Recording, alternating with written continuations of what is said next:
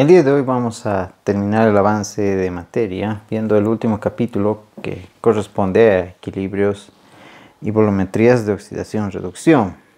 Cuando hablamos de oxidación-reducción, hablamos de reacciones redox donde hay un flujo de electrones, ¿no? Entonces, si hablamos de un flujo de electrones, hablamos de electricidad. Repasamos algunos conceptos básicos con respecto a una ecuación o una reacción redox. Y el primero que podemos pensar es que en una reacción de oxidación-reducción hay una transferencia de electrones. Entonces, obviamente hay un agente reductor y hay un agente oxidante, donde uno de ellos sufrirá reducción y el otro reducción.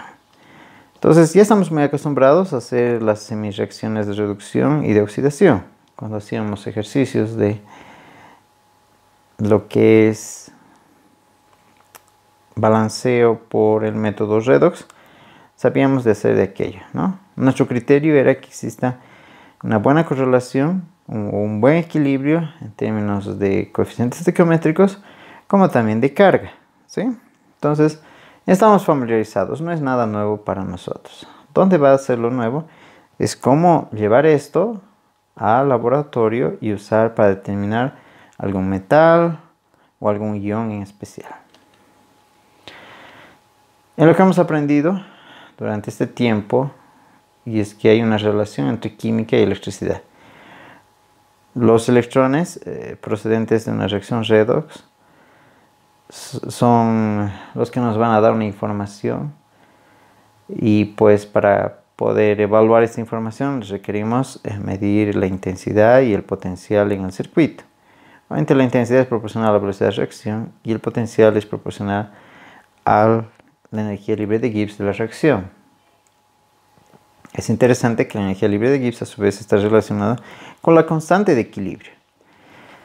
Por otro lado, la carga eléctrica Q está directamente relacionada con los moles de electrones y la constante Faraday. Como es una constante, tiene un valor fijo que viene en las unidades de carga por lo que es unidad de mol.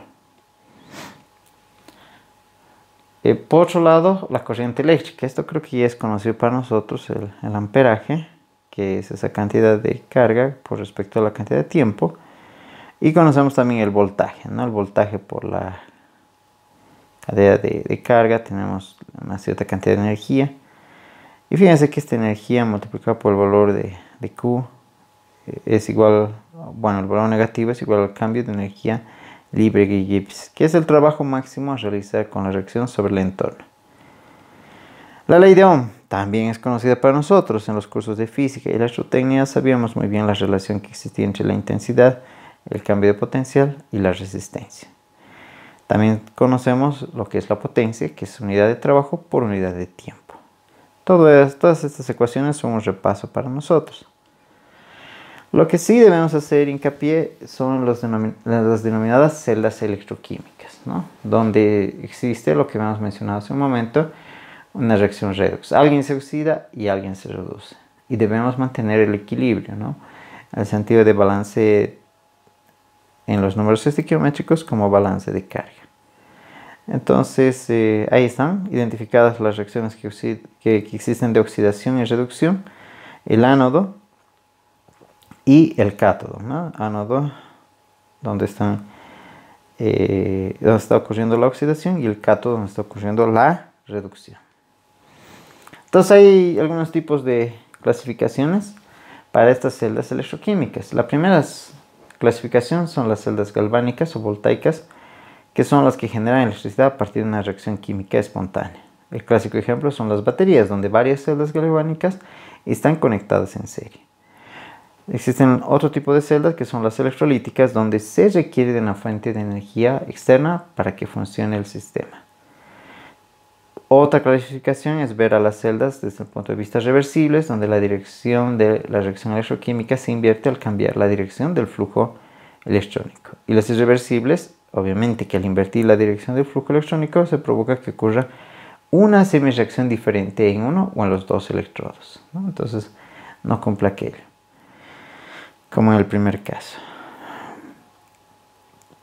Vamos a usar una representación esquemática de estas celdas electroquímicas, donde una línea transversal nos va a separar el límite entre dos fases y una doble línea va a ser el denominado puente salino. Y este básicamente es el mecanismo de transporte de la carga en celdas electroquímicas. Entendemos muy bien que los electrones circulan entre los electrodos por el conducto externo. Y además que los aniones y cationes circulan dentro de la celda, no se pueden escapar, ¿verdad? Y obviamente esto se está generando gracias a que existen reacciones de electrodo, ¿no? Hay alguien que está sufriendo un proceso de oxidación y otro de reducción. No puede darse solo de un solo sentido, ¿no? Que alguien solo se reduzca y no exista en el otro lado un proceso de oxidación. Ahora vamos a definir lo que tenemos nuestro sistema. Y obviamente hay una cantidad de energía que se está produciendo en los electrones.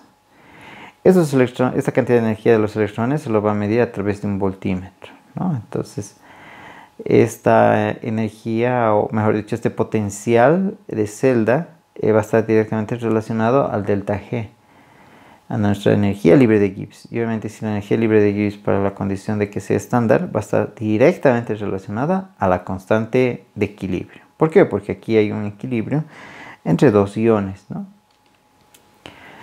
Esos potenciales estándares de reducción que hemos mencionado ya vienen tabulados, ¿no? Que aumenta obviamente el poder oxidante de lo que es un litio hasta un flúor, como también, si pensamos, aumenta su poder reductor.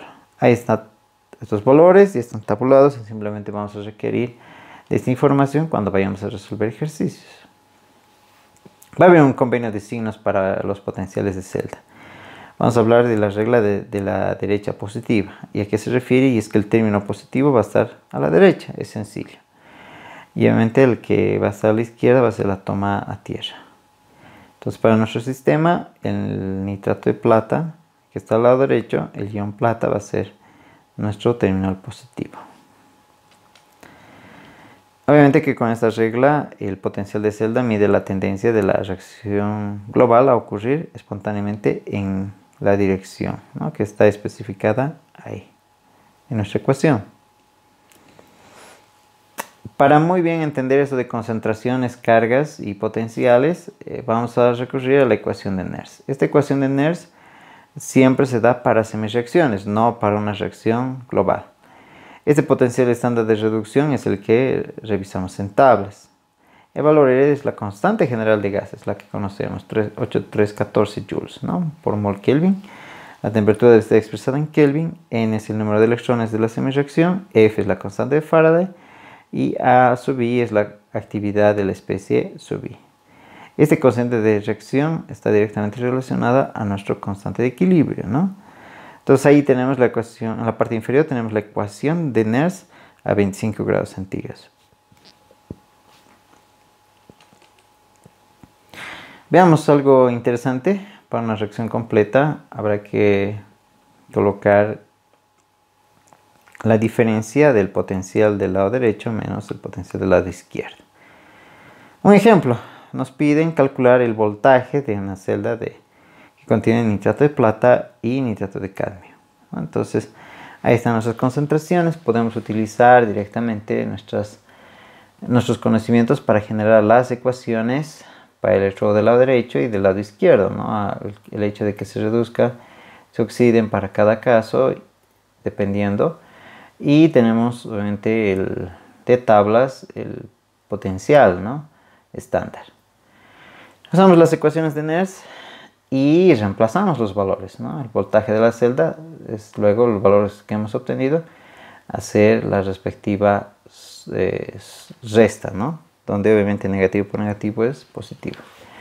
Podemos expresar la reacción global de la celda y obviamente la sumatoria de las dos semireacciones, ¿no? Y sacamos como conclusión que obviamente si el potencial es mayor a 0 o es positivo si queremos pensarlo, entonces por tanto la energía libre de Gibbs es negativa y la reacción de la celda es espontánea en el sentido escrito, ¿no? Si nos hubiera salido todo lo opuesto, era en el otro sentido. También un concepto llamado potencial normal y la constante de equilibrio, que eso nos va a ayudar a enfocar de que nuestras expresiones de potenciales pueden estar expresadas en función de la constante de equilibrio.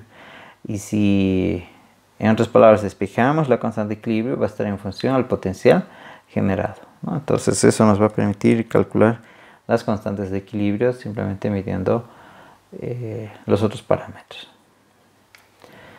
Hay un concepto también denominado en algunos libros el potencial formal, que es el potencial normal de reducción a pH igual a 0. Y este potencial formal está bajo condiciones específicas. ¿A qué condiciones específicas? En especial cuando el pH es igual a 7. Entonces, obviamente vamos a tener una especie oxidada, una especie reducida. Y tenemos una expresión en términos de concentraciones. Se pueden hacer construcciones de curva de valoración redox bajo el mismo principio que hemos aprendido, solo que aquí habrá que identificar para nuestra reacción dónde está el electrodo, dónde está el ánodo, dónde está el cátodo, dónde se oxida, quién se reduce. Y el potencial de celda se puede describir con cualquiera de las formas de la reacción global. Las reacciones de celda no son las mismas que la reacción de valoración. Vamos a ver eso más adelante. Por ejemplo, en este ejercicio nos piden ver la curva de valoración, ¿no? ¿Qué ocurre? Entonces, antes del punto de equivalencia, obviamente no va a haber nada de serio, entonces solo vamos a tener hierro más 2. Cuando tengamos 10 ml, vamos a utilizar nuestra ecuación, con donde obviamente el mayoritario sigue siendo el hierro, ¿no? Entonces, para ello reemplazamos todos los valores con las concentraciones y así hallamos para cualquier valor, hasta el punto de equivalencia, donde ahí sí tenemos que hacer nuestra diferencia de positivo o negativo y encontramos este cambio de energía, este cambio de potencial. Tras el punto de equivalencia, obviamente ya no tenemos más hierro y el que domina el sistema es el cerio. Y obviamente vamos a luego poder graficar donde hay un exceso de hierro, previamente antes del punto de equivalencia, y después del punto de equivalencia va a haber un exceso de iones cerio.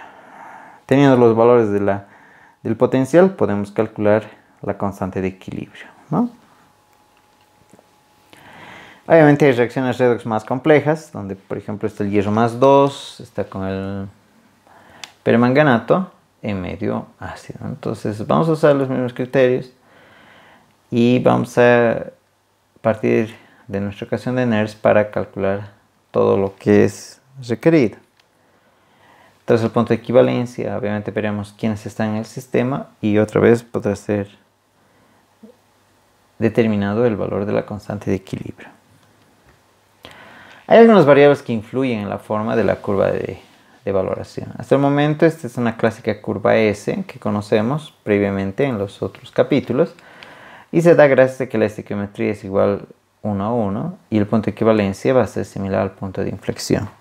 Pero a veces la vida no es de color rosa y es que, fíjense en este caso, el punto de equivalencia es distinto del punto de inflexión, ¿no? Entonces ocurre que es porque la estequiometría no es 1 a 1. Sin embargo, el cambio de potencial es tan brusco en la zona del punto de equivalencia que el error cometido se considera que coincide con el punto de equivalencia. Entonces, el punto de inflexión es bastante pequeño. Y eso se da que gracias al uso de valorantes y agentes oxidantes y reductores fuertes.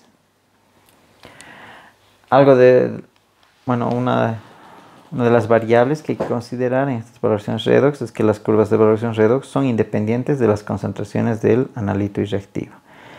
Esta característica es distintiva del resto de las curvas de valoración estudiada, ¿no? Antes sí era en función.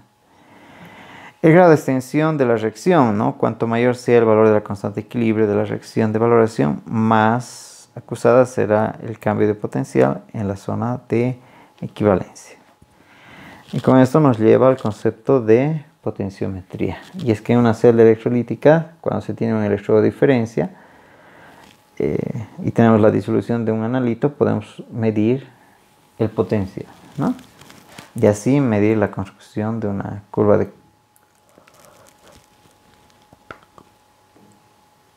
valoración. Obviamente hay indicadores que nos van a decir cuando hemos llegado al punto de equivalencia, y debe coincidir bajo una cierta cantidad de energía, ¿no? Perdón, de potencial, el cual va a estar directamente relacionado a un cierto color, ¿no? Entonces el cambio de color depende del cambio de potencial del sistema, ¿no? Que es independiente al analito y el reactivo. Aquí algunos ejemplos de indicadores, y cada uno obviamente tiene una cierta característica. Se pueden considerar agentes oxidantes y reductores auxiliares en el caso en que no es adecuada la determinación del punto de equivalencia, y se puede hacer tal vez una preoxidación con componentes que obviamente nos van a generar electrones y nos están generando esta situación redox, ¿no? Tanto de oxidación o reducción. Algunas de estas aplicaciones se puede hacer como oxidante patrón, el permanganato, el cerio más 4. Estas sales pueden ser usadas, el dicromato, o bien a través de la iodometría o lo que es yodo o yodimetría, ¿no? Si se utiliza yoduro para producir yodo, ¿no? También se puede usar como reductores patrón, los iones hierro más 2, tiosulfato, ambos cumplen con esa función. ¿Y para qué aprender tanto de todo esto? Y es que podemos utilizarlo en el análisis de alimentos, ¿no? Podemos determinar el grado alcohólico, y eso es gracias a esta reacción también de oxidación-reducción, ¿no? Entonces, una forma aplicativa está acá en la resolución de este ejercicio, donde simplemente nos hemos movido con la cantidad de moles y hemos hecho el adecuado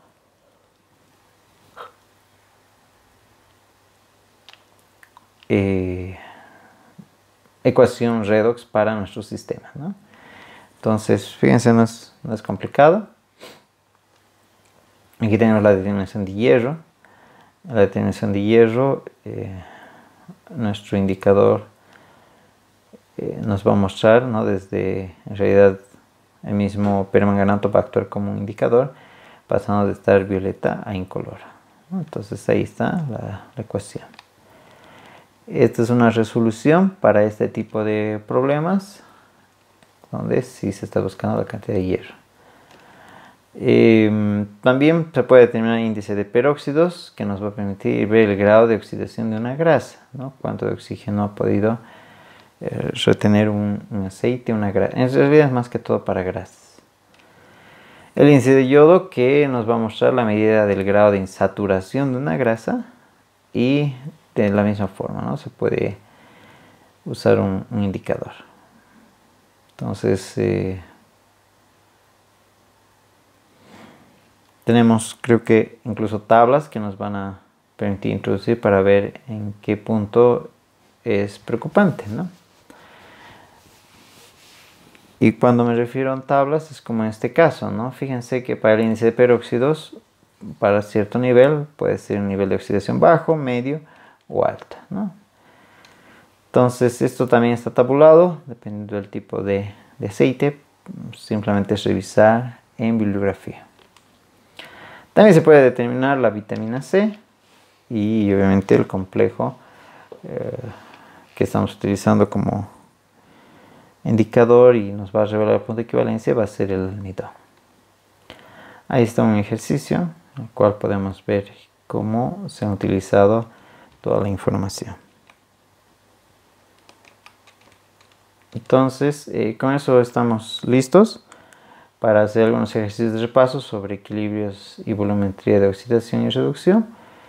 Y bueno, señores, con esto estaríamos acabando la materia. Gracias por su tiempo.